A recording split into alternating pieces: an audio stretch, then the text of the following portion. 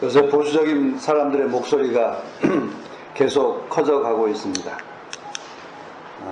어디에서 그런 자신감이 생겨나는지 모르겠지만 그 자신감이 도를 넘어서고 있습니다. 그래서 사람들에 대한 행패와 거의 언어의 폭력의 수준으로 나타나고 있습니다.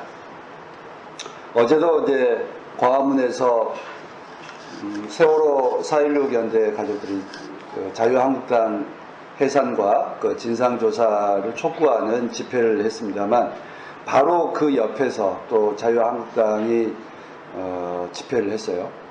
근데 스피커를 얼마나 크게 틀어놨는지 거의 종각에 있는 데까지 다 들렸다고 그래요. 그러니까 그 옆에서 그 집회를 해서 참석을 했습니다만, 도무지 바로 앞인데도 무슨 말인지 알아듣기 힘들 정도로 소리를 틀어놨습니다. 신문에 뉴스에 보니까 자신들의 정당 자유한국당 해산하라고 하는 그 집회의 말소리가 다른 데로 들리지 않도록 아마 그냥 소리로 제압한 것 같아요. 경찰들도 어제는 이게 좀 도를 넘어섰다라고 판단할 정도였다고 합니다.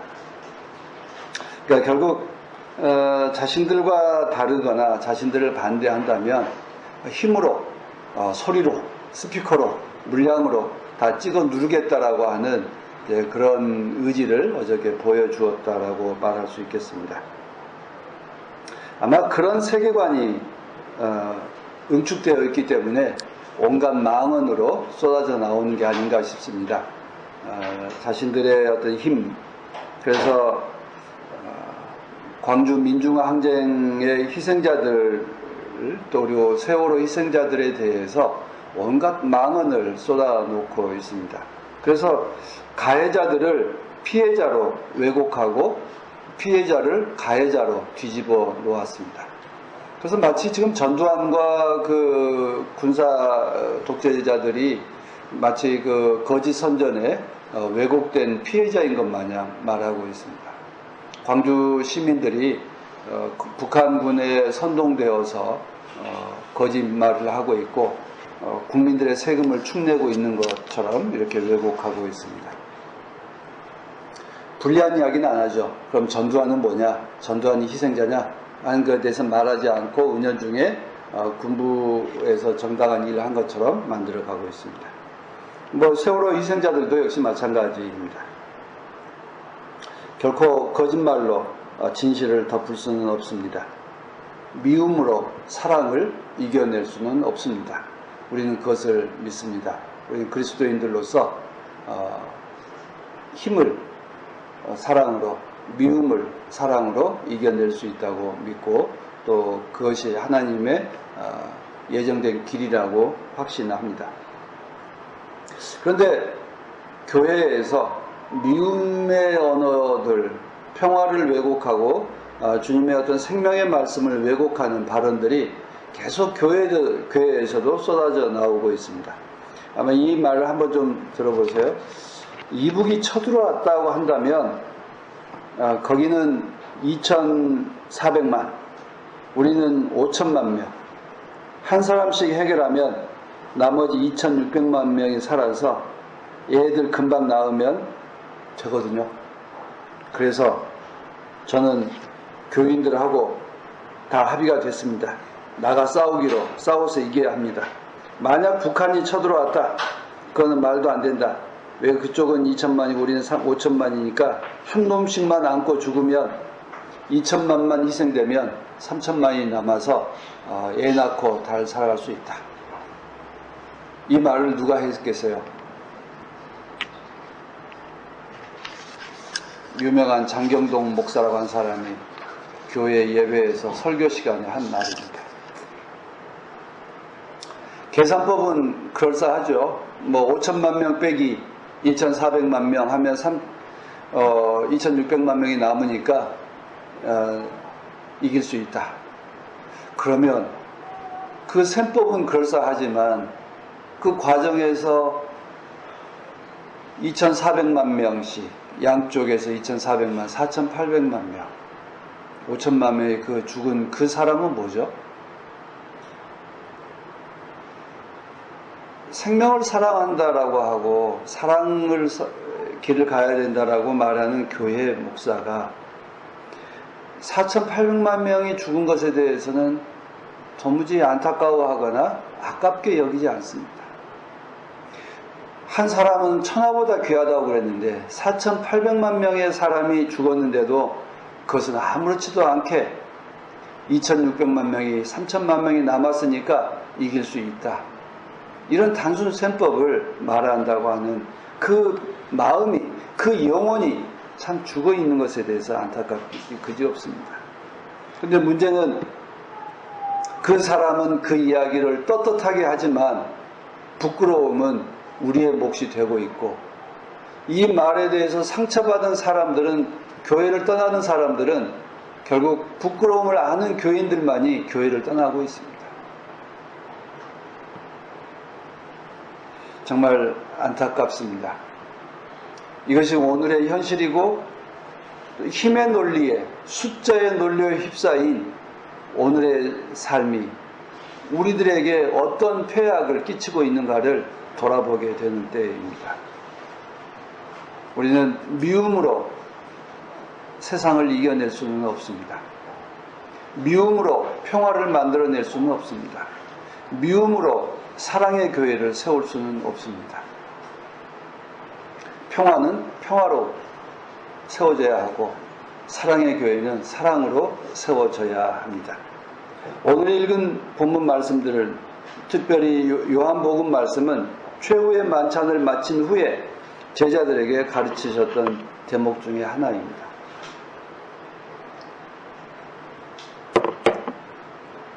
오늘 본문은 유다의 그 질문에 대한 답입니다. 유다는 왜 우리에게만 당신을 드러내시고 세상 사람들에게는 감추고 있습니까? 드러내려고 하지 않습니까? 교회의 사랑의 그 진실은 언제 드러내려 하십니까? 라고 하는 이 질문입니다. 여러분, 예수의 사랑은 언제 어떻게 드러내야 할까요? 그리고 유다가 생각하는 것처럼 홍보하고 또 그리고 어디 가서 위력을 드러내고 온갖 건데 가서 말을 한다고 해서 정말 예수의 사랑이 하나님의 진리의 길이 드러날 것일까요? 유다가 생각한 예수님께서 드러내는 방식은 어떤 것일까? 또 우리는 어떤 방식으로 예수의 사랑을 드러내야 할까? 여러분들은 여러분의 사랑을 어떻게 드러내고 싶어 하십니까? 우리는 빛은 광고하지 않아도 자연스럽게 드러나는 것처럼 우리의 사랑은 자연스럽게 드러난다라고 생각을 하죠. 그런데 악한 사람들은 그 사랑을 덮어버리려 하고 짓누르려고 합니다. 그리고 자신들의 목소리만 드러내도록 힘으로 억압하고 있습니다. 예수님의 그 사랑을 드러내고자 했을 때 대제사장과 바리새인들은 예수의 사랑의 방식에 대해서 동의하지 않습니다. 그래서 그를 찍어 누르려고 하죠. 그래서 그를 억압하고 그들을 찍어 누르려 하고 십자가에 매달려 죽이려 합니다. 그리고 예수의 제자들도 역시 그런 방식으로 해서 억압합니다.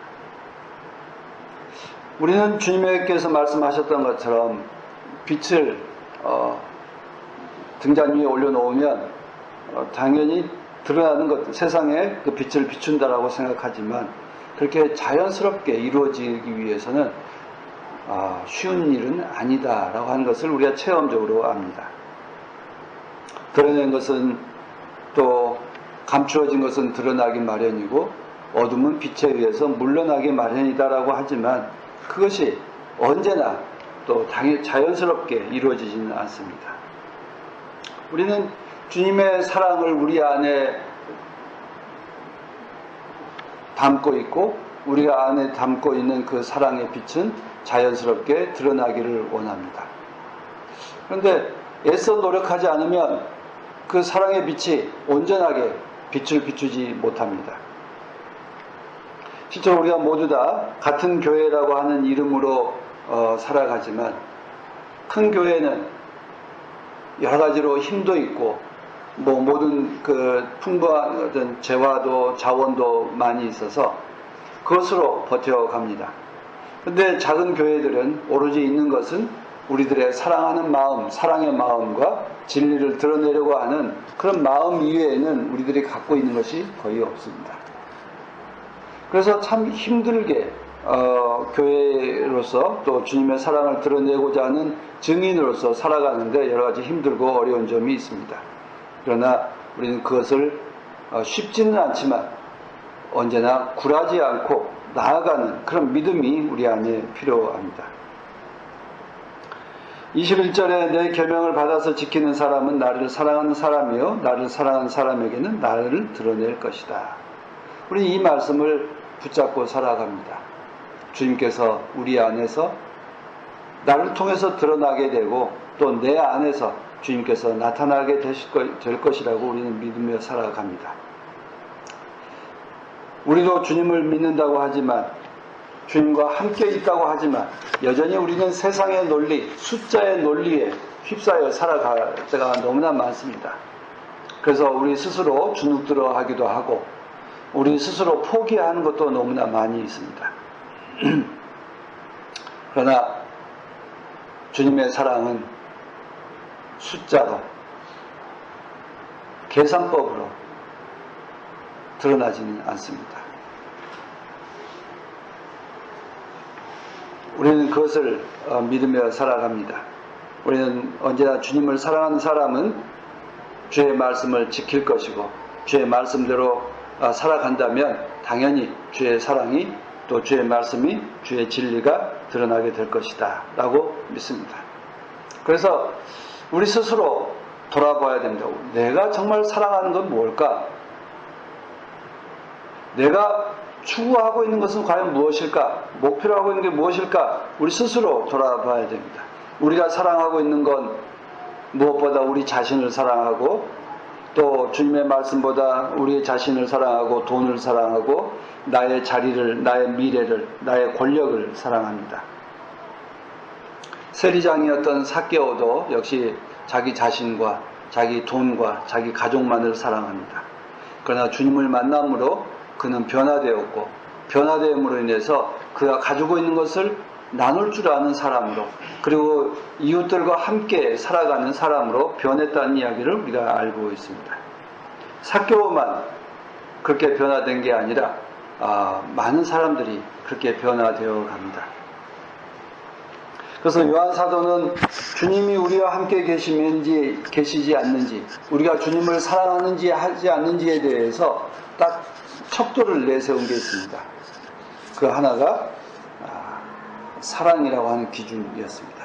요한일서 4장 20절에서 21절에서 이렇게 말씀합니다. 누가 하나님을 사랑한다고 하면서 자기 형제 자매 형제를 미워한다면 그는 거짓말쟁이입니다. 보이는 자기 자매 형제를 사랑하지 않는 사람이 보이지 않는 하나님을 사랑할 수는 없습니다. 하나님을 사랑하는 사람은 자기 형제 자매도 사랑해야 합니다. 우리는 이 계명을 주님에게서 받았습니다. 결국 자신의 자매와 형제를 사랑하는 사람만이 하나님을 사랑한다라고 말할 수 있다라고 하는 것입니다. 그런데 교회가 목사가 4,800만 명이 죽어도 3,600만 명이 남았으니 이기는 셈법이다라고 말한다면 그것은 주님을 사랑하는 것이 아닙니다. 또 나와 다르다고 해서 저들은 죄인이고 주님의 저주를 받은 자들이라고 증오의 발언을 쏟아놓는다면 그는 하나님을 사랑하는 사람이 아닙니다. 안타까이 여기는 마음으로 측은한 마음으로 여길 줄 알고 그들의 아픔에 동참하고 그들의 아픔에 대해서 어떻게 함께 나눌 수 있을까를 고민하는 것이 주님의 사랑하는 사람들의 기본적인 태도입니다. 우리가 자기 자매와 형제를 사랑하지 않으면서 하나님을 사랑하는 것은 거짓말이라고 하는 이 말씀을 언제나 들어야 합니다. 이 말씀이 우리를 변화시키고 이웃에 대한 우리들의 마음가짐을 또 우리들의 행동을 바꾸게 할 것입니다.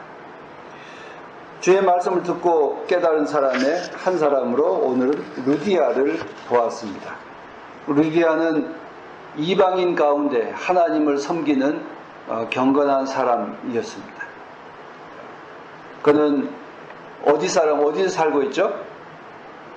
교회가 한 번도 전파되지 않았던 그리스의 마케도니아 빌립보라고 하는 교회의 그 지역, 그 도시에 살았던 사람입니다. 그 사람이 바울 사도의 말씀을 귀담아 듣고 그는 변화되었다라고 말합니다.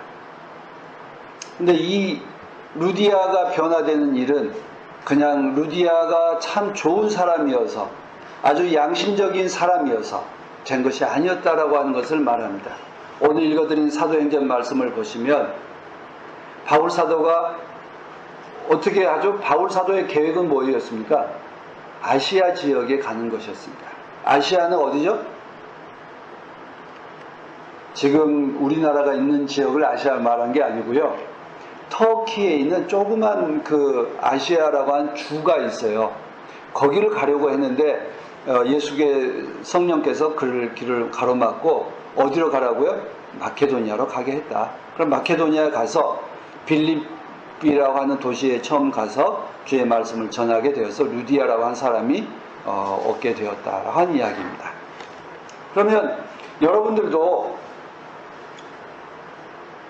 내가 원해서 내가 잘나서 예수를 믿게 되고 한 것이 아니라 나도 역시 지금은 내가 목사로 장로로 집사로 교인으로 살 수 있는 것은 내가 선택해서가 아니라 하나님께서 성령으로 인도해 주셔서 나에게 복음을 듣게 하시고 그 복음에 따라서 오늘 이 자리에 있게 되었다라고 하는 그 고백이 우리 안에 있게 되길 빕니다.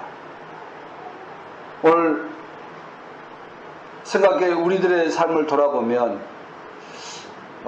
이혜진 목사님은 믿음의 가정에 태어나서 모태로부터 신앙을 형성받았고 우리 박혜린 전도사님 또 우리 권혜명 교우님 모두 다 그렇게 되었습니다.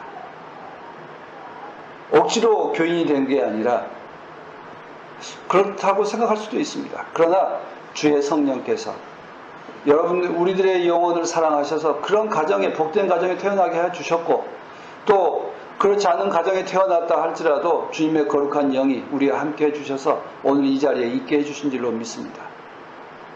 우리의 삶에 대한 진정한 고백은 나의 나됨은 내가 잘나서가 아니라 하나님께서 나와 함께 해주셔서 이곳에 있게 되셨습니다 라고 하는 고백입니다. 하나님께서 나를 사랑하셔서 이렇게 있게 하셨기에 나도 하나님을 사랑하고 하나님의 그 사랑을 본받아서 나도 이웃들을 사랑하며 살아가겠습니다 라고 하는 다짐을 하는 우리의 삶의 태도가 필요합니다. 루디아는 바울 사도의 말씀을 귀담아 듣고 그를 강권해서 그의 가정으로 청했고 나중에는 그의 가정 또 그의 가정과 함께 일하는 사람들에게 주의 복음을 전해서 빌립보 교회를 세워내신 위대한 여자의 사도였습니다. 우리의 삶을 돌아보면 루디아처럼 주님의 인도하심 속에 살고 있음을 깨닫게 되기를 빕니다. 기독교인들은 나의 나됨은 주님의 은총입니다 라고 고백할 때 주께서 나를 사랑하셨습니다. 그래서 나도 주님을 사랑합니다 라고 하는 고백으로 살아가는 것입니다. 그것이 겸손한 믿음의 사람의 태도입니다. 마치 내가 나를 만들었고 내가 나의 삶을 결정하는 것처럼 교만한 삶을 사는 것이 아니라 오로지 주께서 나와 함께 하셨고 나를 인도하셨고 나를 인도하실 것이라고 믿습니다라고 하는 늘 겸손한 태도를 잊지 않는 것이 필요합니다. 우리는 보수적인 교회에서 특별히 이제 많은 교회가 쇠락하는 때로 접어들었다라고 사회학자들은 진단하고 있습니다. 10여 년 전만 해도 가톨릭 교회가 계속 늘어나고 있고 개신교는 줄어드는 추세였습니다. 근데 점점 더 그 길이 가톨릭 교회도 또 우리 개신교회도 줄어들고 있습니다. 근데 보수적 교회는 여전히 크고 왕성합니다. 많은 교회들이 교회 학교가 없어져 가고 있습니다. 그런데 보수적 교회들만 교회 학교가 있고 청년회가 있고 대학부가 있습니다. 왜 그럴까? 왜 하나님의 몸된 말씀을 붙잡고 살아가려고 하는 주님의 몸된 교회들은 쇠락하고 마치 모든 것을 돈과 숫자로 환산하는 보수적 교회들은 흥왕할까? 참 고민입니다. 거기는 하나님의 말씀이 있고 작은 교회들은 하나님의 말씀이 없기 때문일까? 하나님을 사랑하는 마음이 없기 때문일까? 왜 그럴까? 정말 우리는 하나님을 사랑하지 않기 때문일까? 하는 그런 고민들이 있습니다. 그런데 안타까운 것은 보수적인 교회의 목사들이 망언을 쏟아내면 타격은 어디서 오냐면 작은 교회의 양심적 교인들이 교회를 떠난다는 사실입니다. 말은 엉뚱한 데서 터지는데 타격은 작은 교회들에 일어납니다. 또 작은 교회 교인들이 상처를 받습니다. 그래서 큰 교회로 가는 것을 좋아하고 또 작은 교회 교인들은 떠나는 것을 떠나고 있습니다. 그래서 모두 다 이유가 교회가 보수적이어서 교리적이어서 우리는 교회가 싫습니다.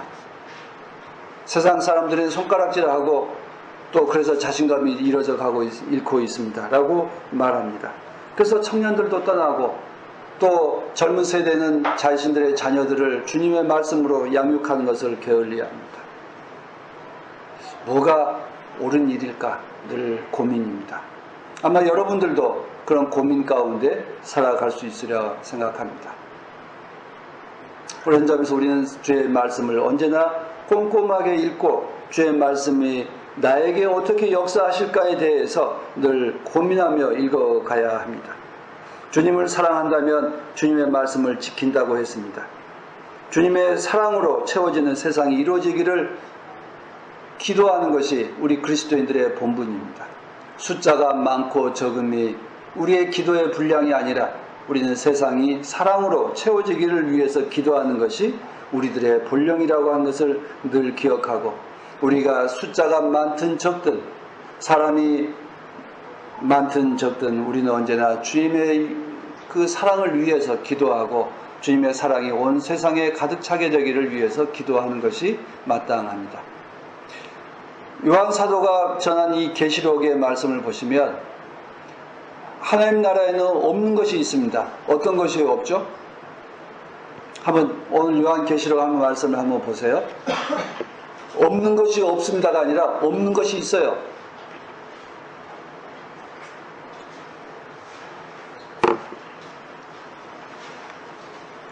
없는 것이 뭔지 한번 찾아봅시다.